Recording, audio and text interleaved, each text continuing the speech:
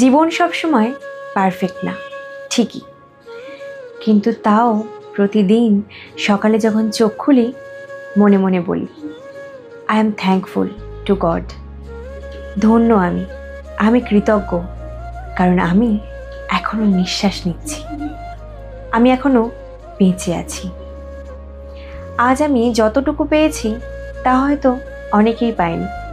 একটা বিছানা, মাথার ওপর ছাদ, একটু খাবার, আর আপন মানুষগুলো যারা সত্যিকারে আমার বিপদে আমার পাশে থাকে। এই সবের জন্য আমি কৃতজ্ঞ। প্রতিদিন ছোট ছোট জিনিসেও আমি খুশি হই। রোদের আলো, কারো মুখে একটুকু হাসি। জীবনে যা নেই তা নিয়ে দুঃখ করার থেকে যতটুকু আছে সেটাকে সেলিব্রেট করাই রিয়েল হ্যাপিনেস।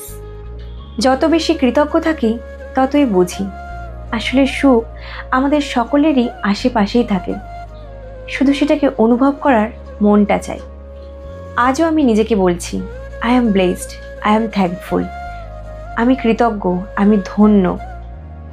জীবন যেমনই হোক আমি সেটাকে অ্যাকসেপ্ট করি শান্তি আর ভালোবাসা দিয়ে, কারণ গ্র্যাটিটিউড নেগেটিভিটি কমায় আর ভরিয়ে তোলে পজিটিভিটি দিয়ে।